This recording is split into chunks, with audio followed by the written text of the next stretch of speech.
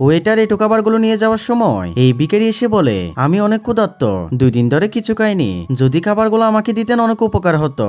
এরপর ওয়েটার বলে, তোদের মতো ভিখারিদের জন্য খাবার নিয়ে বসে আছি নাকি, বেরিয়ে যায় এখান থেকে। তখন এই মেয়েটি খাবারগুলো তাকে দিতে চাইলে তার বাবা তাকে থামিয়ে ভিখারিকে বলে, তুমি যদি আমার গাড়িটা পরিষ্কার করে দিতে পারো তাহলে আমি তোমাকে খাবারগুলো দিব। যেটা শুনে ভিখারি গাড়ি পরিষ্কার করতে থাকে। একটু পর ভদ্রলোক খাবারগুলো তাকে দিলে সে রাক্ষসের মতো খেতে থাকে।